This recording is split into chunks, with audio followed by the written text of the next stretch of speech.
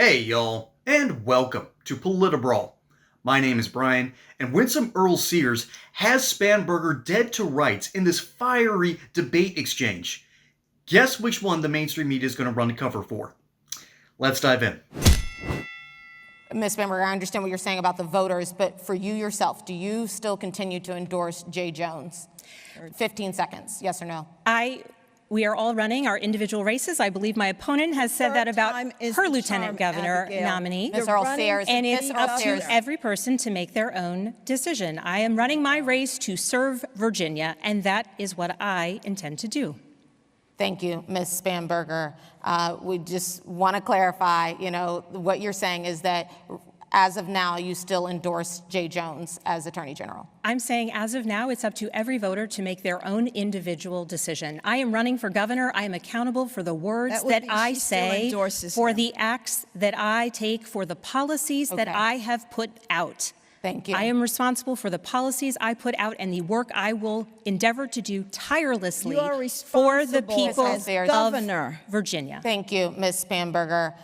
I know you're saying that you would not personally say this, but do you think still that there is that place for that kind of rhetoric, the example that we gave, even coming from others? You have 30 seconds. So I'm responsible for my behavior and what I've just said, I wouldn't say that. I would not speak that way. Look, I'm from a third world country. I was born in Jamaica. And when I was 10 years old, I saw that kind of political violence, which is why I'm asking my opponent to please ask him to get out of the race, have some political courage. What you have done is you are taking political calculations about your future as governor. Well, as governor, you have to make hard choices, and that means telling Jay Jones to leave the race. I have seen what it means when people are shot in the streets and thrown in the back of cars just for political purposes. I don't want to see that in America. America must never be that place, and Abigail needs to say something. Ms. Earle-Sears, you're out of time there. We do have one more follow-up question for you before we get to rebuttals. One more question for you. This is on the topic of endorsements. President Trump has endorsed the Republican incumbent Attorney General. Do you need Trump's endorsement to win the race in Virginia? You have 30 seconds. So I will take all endorsements, including the president, and I am working very hard for the people of Virginia. I believe in lower taxes. The people want that. My opponent, unfortunately, she's already said she's going to raise taxes. She's going to raise energy rates. Well, she's already voted that way because, well, that's all she wants is solar and wind. Well, if you look outside, the sun isn't shining and the breeze isn't blowing. And then what, Abigail? What will you do? What will you do? You're smirking. And you know that the people of the Southwest have a lot of energy issues. Ms. Earle-Sears, we need to get to rebuttals. So, Ms. Spanberger, you have 30 seconds to respond. I think in her response to the question that you asked, my opponent proved my point, which is when violent rhetoric comes from her side of the aisle, she refuses to denounce it. The statement that you read from President Donald Trump was violent rhetoric that she refuses to denounce, and this is why I say you are not my enemy. She has her 30 and seconds. I wish you would stop using language like that. But I am also glad that she began speaking about issues of affordability because as we are talking about issues of affordability, I am the only candidate on stage who's put forth a plan to actually lower costs for Virginians. Ms. Earle-Sears, now your turn for a rebuttal. Yes. You have 30 seconds. So what Abigail has just said is a lie, that she's the only one who has affordability. Please go to SpanbergerLies.com and check that out. I don't understand why you just can't come forward and say he needs to go. I mean, we're talking about murder. We're talking about someone's life being taken from them. Have you nothing to say about that? Are you not going to address it? Really, you can't go any further. You're a governor. You're supposed to stand up for all the people. Are you saying political murder is all right? Ms. Spanberger, I want to give you a chance to respond. I have a rebuttal to that? Yes.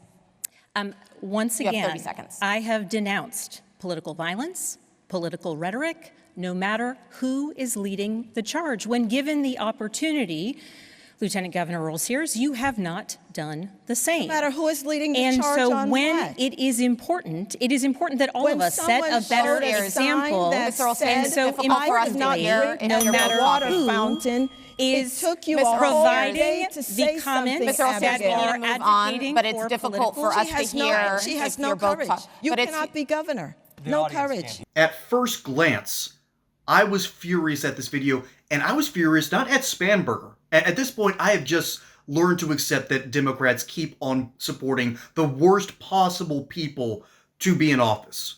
Okay, I've just come to accept that fact. Tapping on a bell and then raising your hand? What is this, elementary school? Good grief, the feminine energy here is off the charts, and I'm getting tired of it. But Earle-Sears knew the rules of this debate. She knew to wait, and she knew that she could come in with this point a few seconds later after setting it up better. So, after giving it a little bit of time, I realized, wow, this is a great tactic. And Spanberger was not ready for it. And the craziest part about this whole thing is that the person who is hosting this debate set Spanberger up to succeed.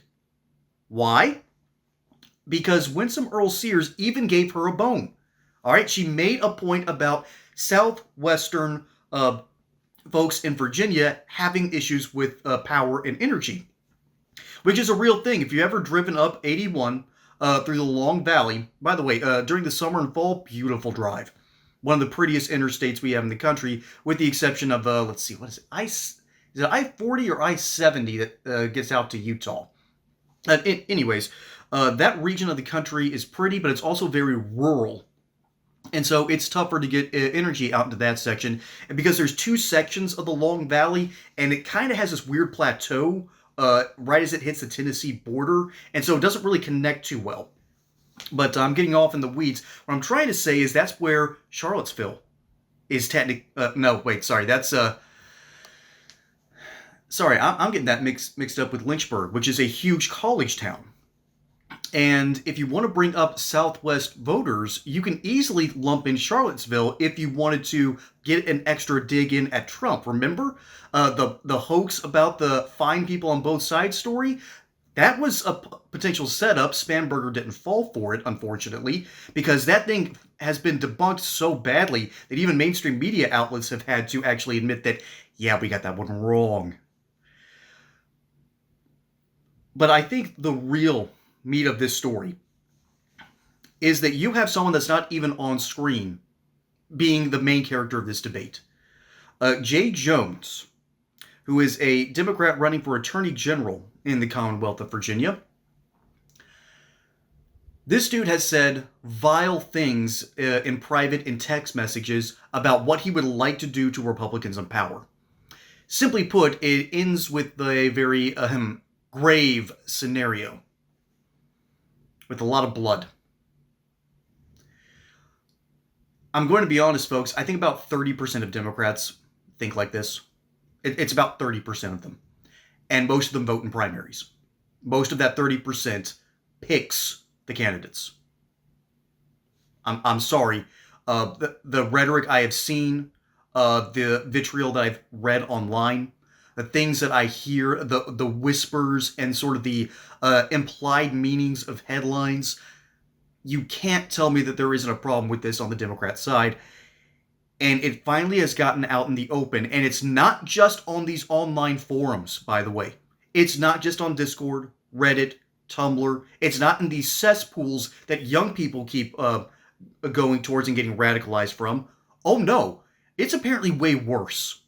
I already thought I found rock bottom. Turns out there's a rock bottom 100 yards below. It keeps getting worse. These older Democrats, these Gen X Democrats, these older millennial Democrats think like this. And Spanberger can't denounce them because if she does, she'll lose support. She knows she'll lose support if she has the courage to say that no, rhetoric like this has no place in our democracy. She can't say it because her own supporters think like this.